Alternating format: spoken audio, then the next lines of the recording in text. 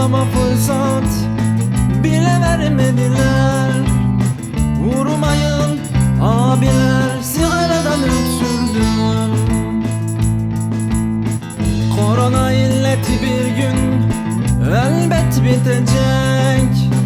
Eğer ölmeyip de sağ kalabilirsek, sizi o zaman göreceğiz pek sayan abiler.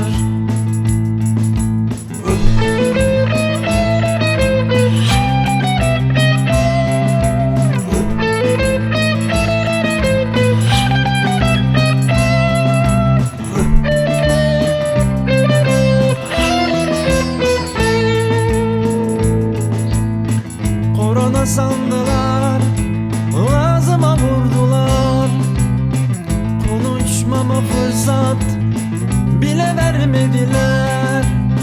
Vurmayın abiler, sigaradan öksürdüm.